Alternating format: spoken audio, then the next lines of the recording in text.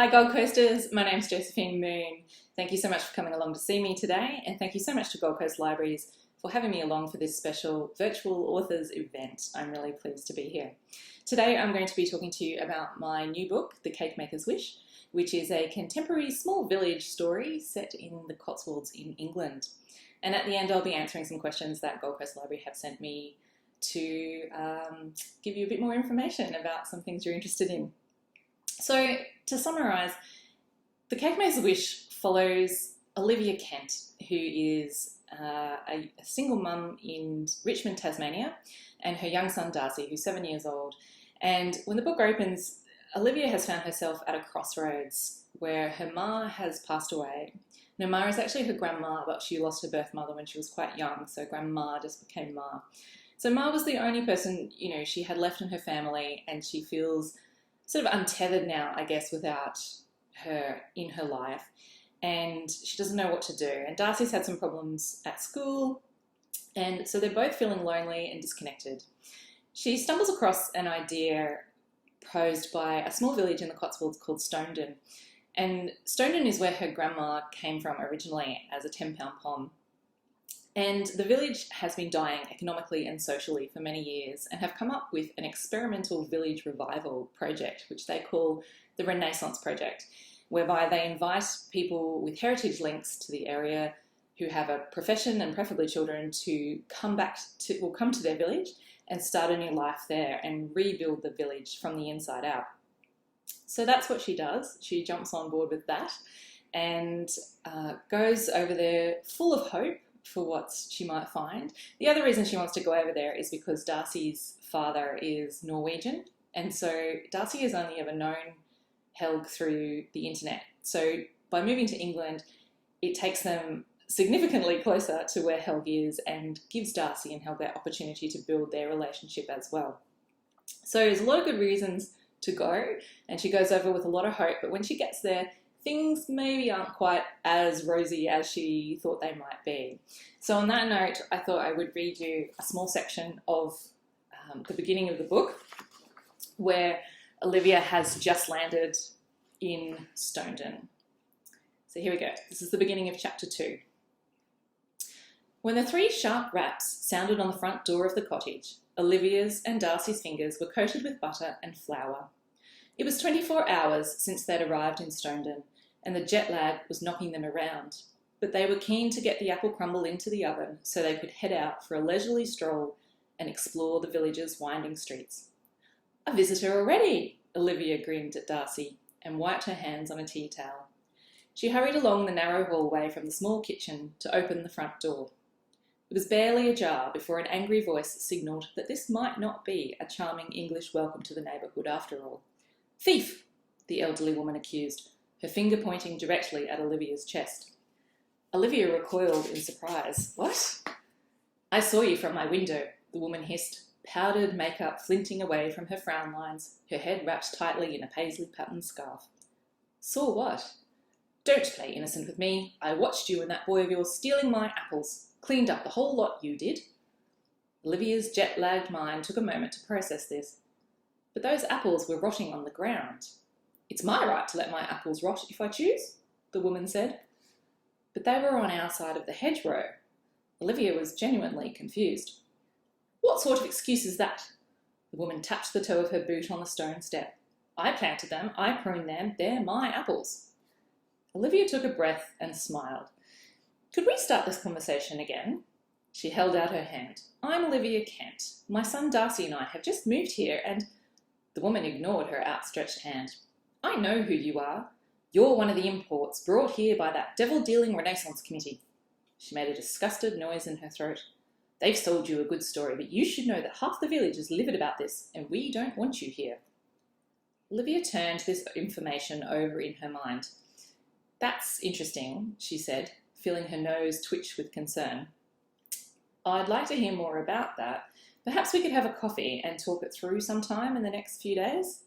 If you last that long." Olivia was rendered momentarily speechless by the woman's audacity, but rallied. "Maybe we could just resolve the apple issue for now. The apples you stole." Well, forgive me, but in Australia, if the fruit is on your side of the fence, it's considered yours. Precisely what I would expect a convict to say, her neighbour retorted. To her dismay, Olivia burst into slightly hysterical laughter. Give me back my apples, the woman demanded. I'd gladly do that, except that Darcy and I are making apple crumble. Your apples are all chopped up. You are, however, welcome to join us for afternoon tea to help us eat them.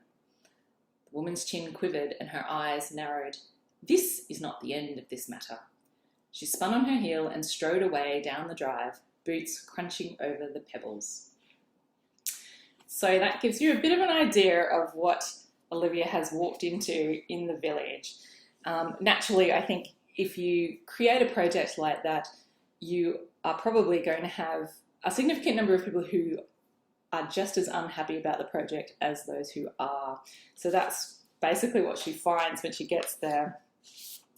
The inspiration for this book came from a trip that I took to the Cotswolds in 2015. And I went with my dad and my sister and my sister's then 14-month-old baby, her third child. And we jumped on a plane. The reason I went was because I was looking for a story. I was looking for inspiration, and I love beautiful locations. Settings are really important to me, and I really wanted a beautiful location to set a story. And I knew I would love the Cotswolds. I'd seen enough photos of the place to know I would love it. I mean, come on, it's so beautiful. This was us out walking one day, and we just turned a corner in a laneway and saw this incredible manor in the background there. And we were, really impressed. So we stopped to take that selfie. So we went to the Cotswolds and we rented a cottage, a sort of very iconic, stone cottage built in, I think, the 18th century or so. And we stayed there for 10 days, which turned out to be a great thing because when we went out every day, we met the same people, we saw the same people on the street, and we started to, make connections with people and hear their stories. And the woman who lived in the house next to us asked me what I did. When she found out I was a writer, she said, "Oh, you should come and meet Terry and Brian. They've lived here since they were kids.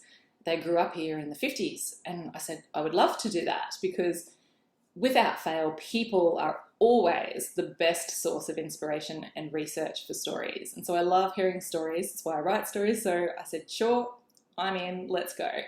So they brought me over to their house and made me a cup of tea and regaled me with just wonderful, wonderful stories. I wish I'd had a tape recorder because they were just so fabulous and so entertaining and warm and funny. And I scribbled everything as fast as I could in my notebook. But it very quickly became apparent that their sense of grief for their loss of their village was really deep. So the village that they knew in the 50s was gone. So in the 50s, the village was, everybody who lived there rented their houses off the Lord and Lady of the Manor, who owned the whole village. And the way they described it, it was a very united community. It was a very self-sustaining community. So, they had their own milk, they had their own eggs, they had their own veggies, they made their own bread. Everything was sort of there in the village, and it was a very, lovely place to grow up in and a really tight-knit community. And what happened, though, at some point was, the Lord of the Manor died, there were death duties, there was divorce, there were, all these things that have happened, which ultimately led to the entire village being sold off into different parts. And what happened then was that people from the cities started buying up the houses as weekenders or holiday places. And when that happened, it meant that not enough people actually lived in the village anymore to keep it as that, or A, as a sustainable village that, could create all the goods and services they needed. But B, it meant that the houses were just standing empty for most of the year.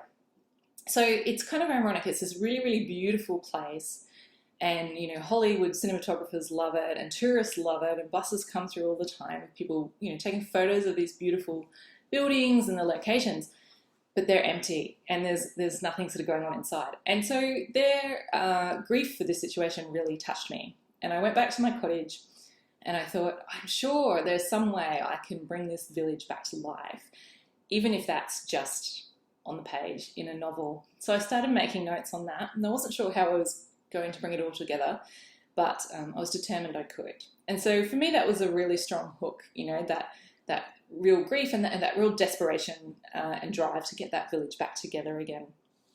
So the stakes are very high for Olivia moving across the world, but they're also very high for the people running the Renaissance project who, you know, are desperate to get this village back to where they wanted it to be.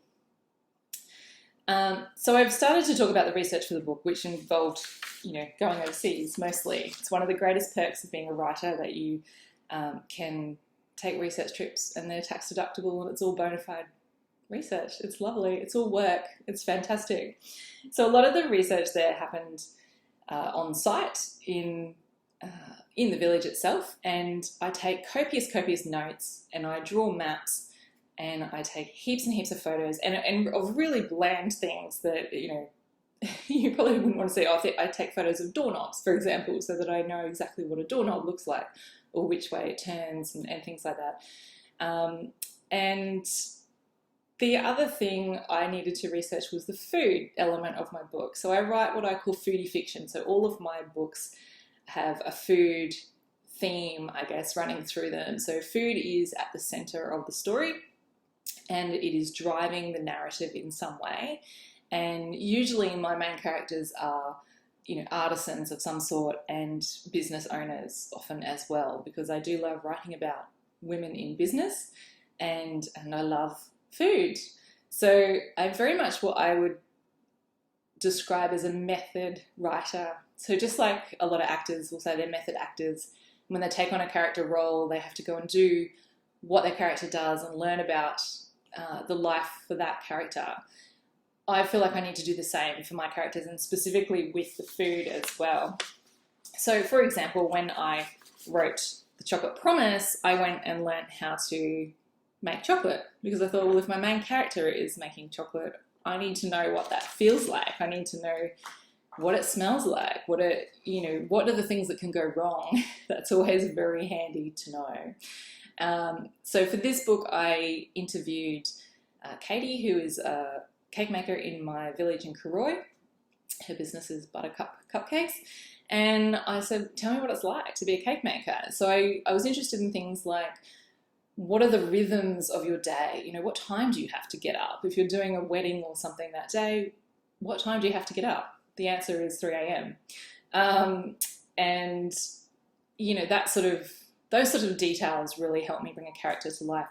One of the things she said that really stuck with me was, I said, when we were talking about these sort of big events like weddings and so forth, and I said, well, do you get nervous doing this? I mean, to me, this is an incredibly high pressure moment to get this perfect cake for an event that has so much pressure and build up, and one moment to get it right, basically.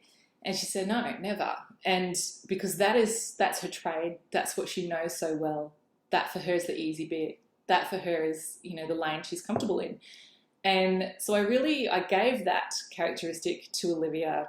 So even though for her, there's a lot of things in her life and in the village that are going on around her and creating chaos and feeling chaotic, that's the one thing she can go back to all the time, is that she is good at this. This is what she does.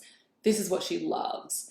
And it gave a real, I think it's just like the eye in the storm there. It gave her a real centeredness in the middle of all that chaos in the story.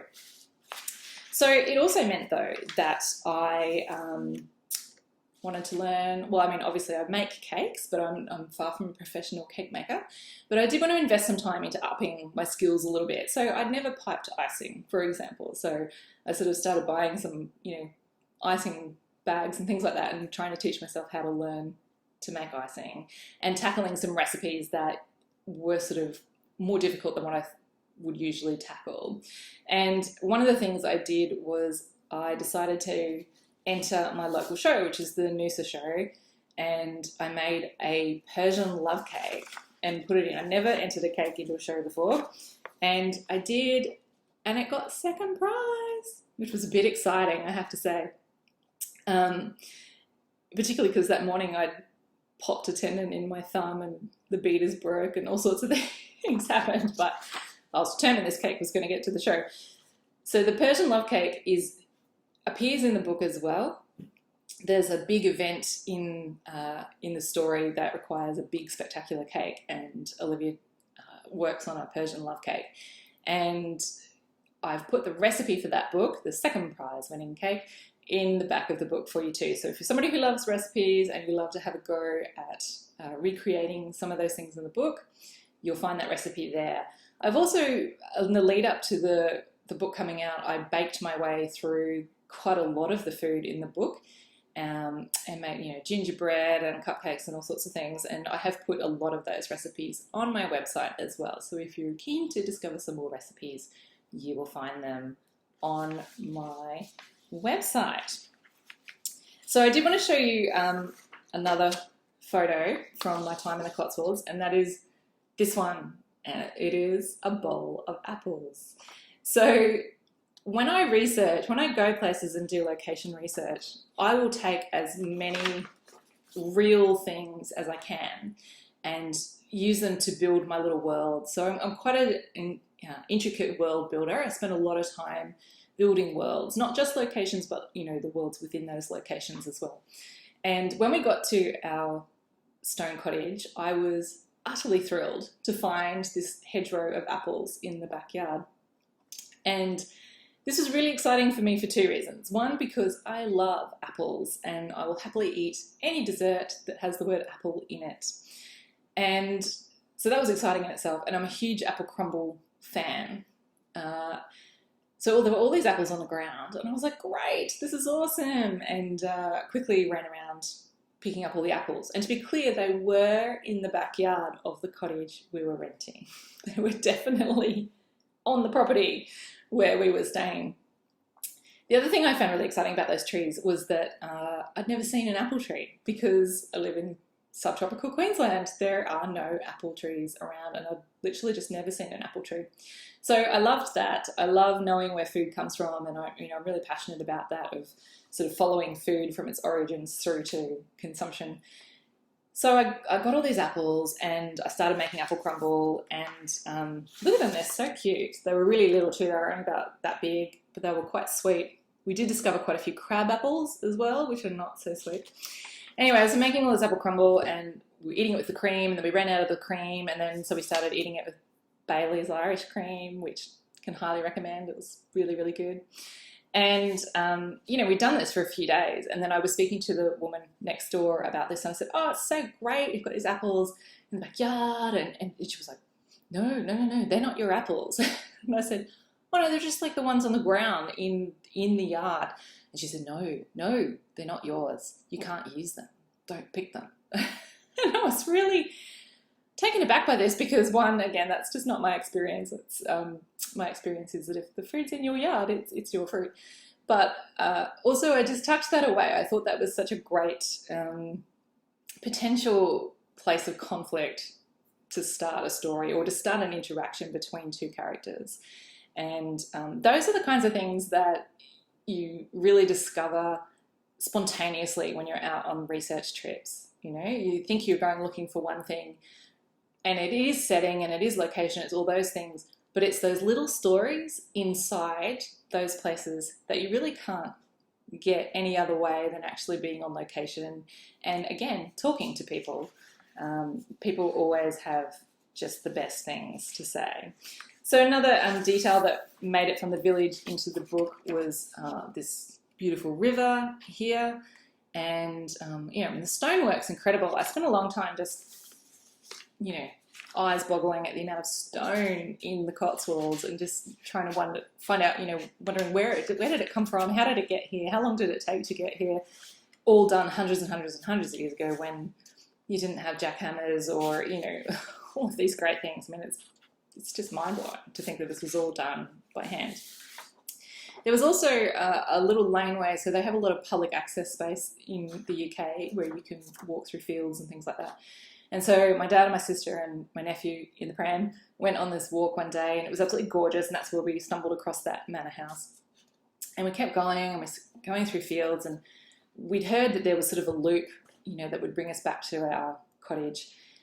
But we got lost, and we walked for a really, really long time, and probably kilometres before we started to sort of go, oh, I think we're lost. Should we keep going? Should we turn around? And then it started to rain and it was really cold. It was September over there, so, you know, autumn, but cold, certainly even colder than, you know, my winter here, that's for sure. And so we didn't know what to do. And this was a picture of my dad in the laneway. And they had, these beautiful wooden stiles and things that we had to climb over.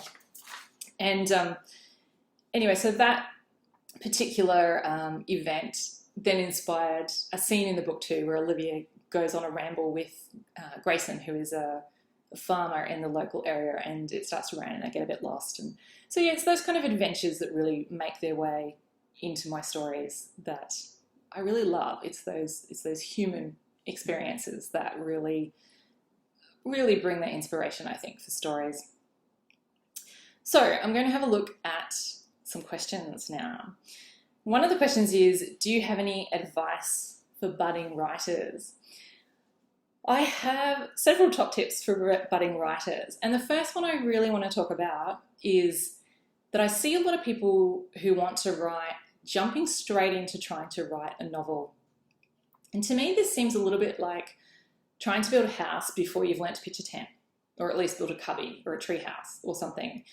So my number one piece of advice is spend your time or invest your time into writing short stories, because short stories are by definition short, right? So there's not a huge time commitment. Once you get into writing a novel, you could be stuck in that thing for months or years at a time. It's a very long process. It's also very hard, even for people who do this for a living, to see the whole story all at once because it is so long. So working on short stories will teach you structure, it will teach you about character, it will teach you about pace. It also gives you the chance to write across a lot of different genres and styles. So you can write mysteries, you can write romance, you can write crime, you can write in all sorts of genres. And that's going to really help you find your voice. And for me, I wrote for 12 years before I got a publishing contract. And I think The Tea Chest, which was my first published book, I think was the 10th manuscript I'd written.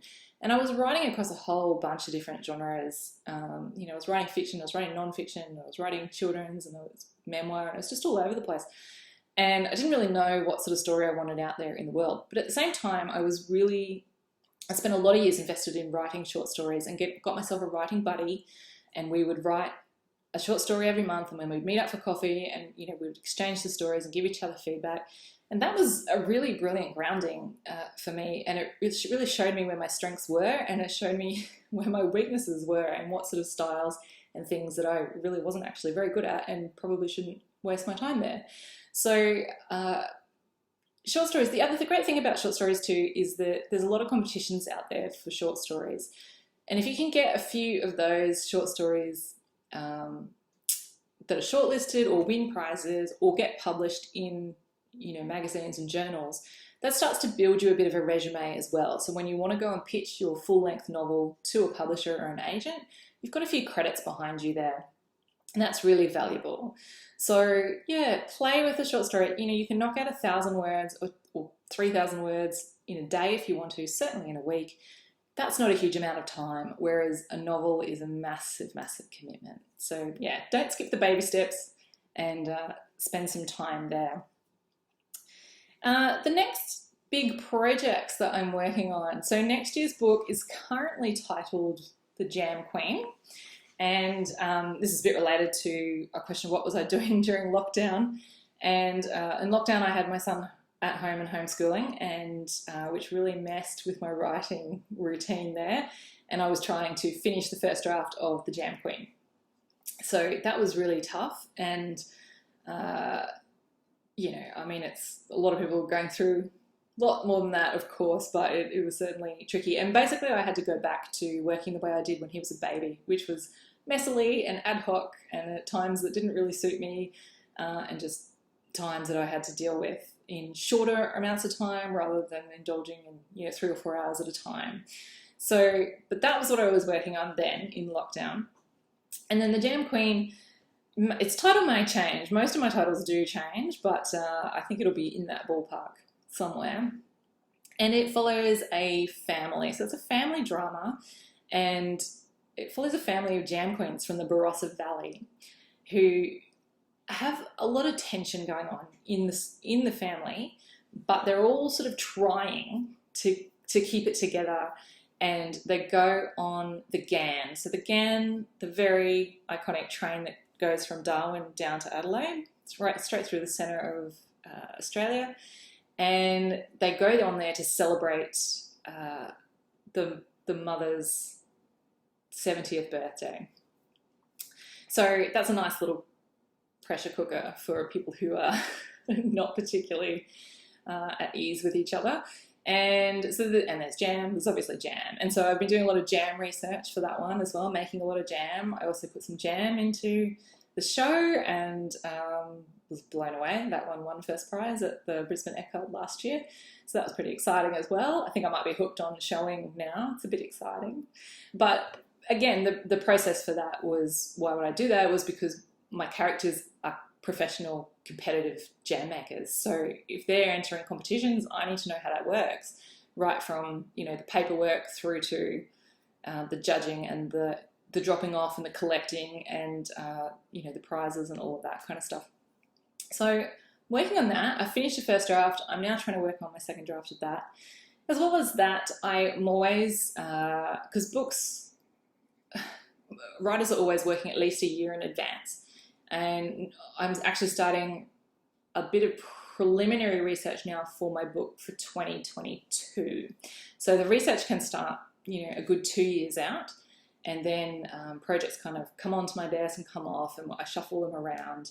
So that's the kind of, that's the biggest project. But then I also have sideline passion projects that I tinker with, I guess is the best word. And I actually wanted to be a children's author before I was an adult fiction writer. So I'm still harbor these dreams there somewhere that I might get a children's book out there in the world somewhere. So that's little passion projects that I tinker with here and there.